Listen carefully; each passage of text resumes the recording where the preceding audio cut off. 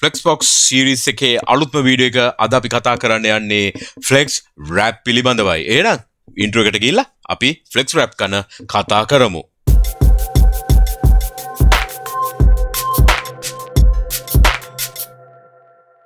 අයවන් කියලා පිළිගන්නවා මගේ front end යාළුවෝ හැමෝම ඔබ මේක තුල අසිරිනේ MCodes Frontend YouTube channel එකට.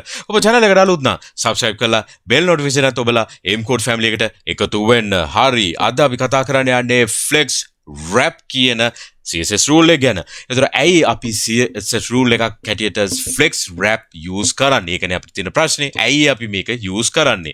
හරි. දැන් ඕගොල්ලන්ට පේනවා මෙතන output එකක් තියෙනවා.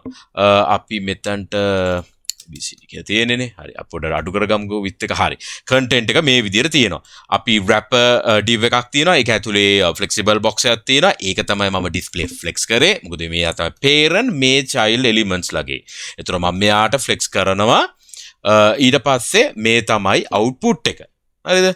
1 2 3 4 කියලා class හතරක් තියෙනවා. ඒගොල්ලන්ට class වලට colors දීලා තියෙනවා. ඒ හැමෝටම padding center වෙන්න කියලා margin 0 ට දීලා තියෙනවා wrapper main div එක. මෙයා ඔක්කොම wrap වෙච්ච එක div එක.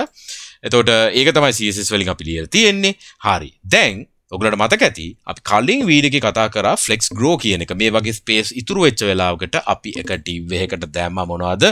flex grow 1 කියලා. 1 කිව්වා මොකද වෙන්නේ? ඉතුරු වෙච්ච ඒ space එක මම 1 කියපු div එකේ class එකට assign කරගෙන values ටික. ඒ කියන්නේ 1 කියන value එක අරගෙන ඒ ඊටු ටික fill කරගන්න. මම මේක refresh කරාම උලට පේනවා මේ ආකාරයට වෙනවා. හරි.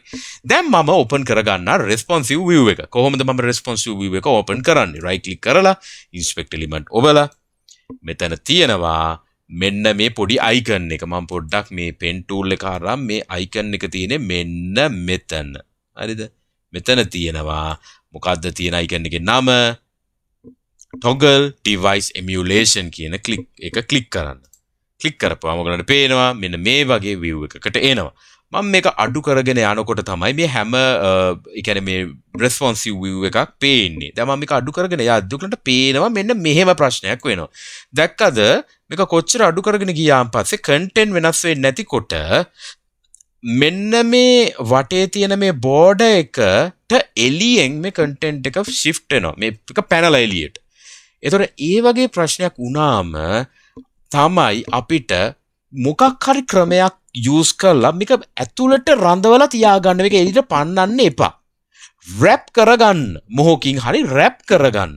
අන්න ඒක කරන්න ඕනේ flex wrap. flex වෙච්ච parent ව ඇතුළේ children ලව wrap කරන්න එළියට පයින්න දෙන්න එපා. ඒක හින්දා අපි flex කියපු තැනට flex wrap එයාගේ ඉන්නවා nowrap කියලා තුනක් ඉන්නවා. nowrap, wrap, wrap reverse.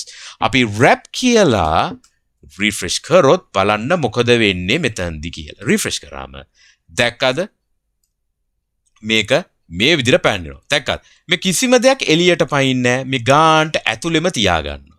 දැක්කද? මුලින්ම D මේ කොළ පාට එක. ඊළඟට පයින්නේ නිල් පාට එක.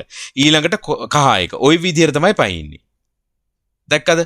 රතු එක්කෙනා full width එක ගන්නවා. දැක්කද? මේ විදියට හැදා ගන්නවා. ඒක වුණේ flex wrap එක නිසා. ඉතින් තුනක් තියෙනවා කියවනේ ඊළඟ එක්කෙනා කවුද? ඊළඟට තියෙන්නේ wrap reverse. ඔයගොල්ලෝ නිකන් හිතන්න බලන්න wrap reverse කිව්වහම මොකක් වෙයිද කියලා. හිතන්න පොඩ්ඩක්. මොකක්ද වෙන්නේ? වීඩියෝ එක බලන හැමෝම හිතන්න. wrap කිව්වම කොළ පාටක පල්ලහැට වැටුණා. එතකොට wrap reverse කිව්වහම මොකද වෙන්නේ? ඒකේ අනිත් පැත්ත නේද වෙන්න ඕනේ. හරි. අපි බලමු. මේක වෙනස් කරනවා. මේක අඩු කරගෙන යනවා. මොකද වෙන්නේ? කොළ පාට එක උඩට ආවා. දැන් ඊළඟට මොකක් වෙයිද? අඩු කරගෙන යද්දී. ඔයගොල්ලෝ හිතන්න. ඔව් බලමු. හරියටම හරි. නිල් පාට එක උඩට ආවා. ඊළඟට කහ එක උඩින් යනවා. කහ එක උඩට ගියා. රතු පාට, කහ පාට, මෙන්න මෙතන නිල් පාට එක තියෙනවා. මෙතන කොළ පාට එක තියෙනවා. ඒ වුණේ wrap reverse. තුන්වෙනි එකේනා කවුද? no wrap. මුකුත් wrap කරගන්න එපා. එළියට පැන්නත් පැනිච්ච දෙන් කියලා වගේ අපි refresh කරොත් අර පාරණ ප්‍රශ්නේ ඒ විදිහටම තියෙනවා. මම මේක මෙහාට කරොත් මේ පැනලා එළියට. හරි. ඉතින් ඕක තමයි no wrap කියන්නේ. default එක විදිහට පෙන්නනවා. මම මේක ආපහු ගෙනොත් මම මේක අඩු කරගෙන ගියාම දැක්ක මේ විදිහට ඉල්ලනවා. ඒක තමයි no wrap කියන්නේ. ඉතින් අද පොඩි වීඩියෝ එකක්. ඇත්තටම මේ flex wrap ගැන කතා කරේ ජාති තුනයි තියෙන්නේ. wrap, wrap reverse, nowrap. එක අපි පාවිච්චි කරන්නේ flex කරපු parent. කොහොමද මතක තියාගන්න. මොකද flex කරපු parent නේ අයිතිය තියෙන යගේ ළමයි ගැන.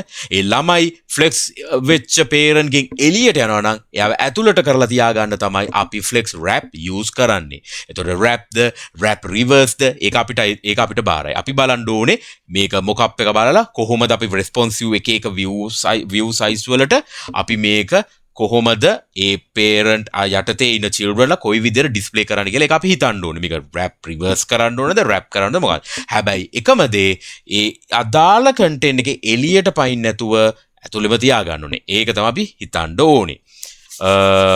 හරි. එහෙනම් මේක තමයි අද වීඩියෝ එකකින් අපි කතා කරන්න ලෑස්ති උනේ flex wrap ගැන. එහෙනම් වීඩියෝ එක ඔයගලන්ට හොඳ අයිඩියා එකක් එන්න ඇති කියලා හිතනවා. එහෙනම් අපි ඊළඟ වීඩියෝ එකෙන් හම්බෙමු. එහෙනම් එතකන් ඔය හැම දෙනාටම ජය වේවා. cheers අපි ගියා.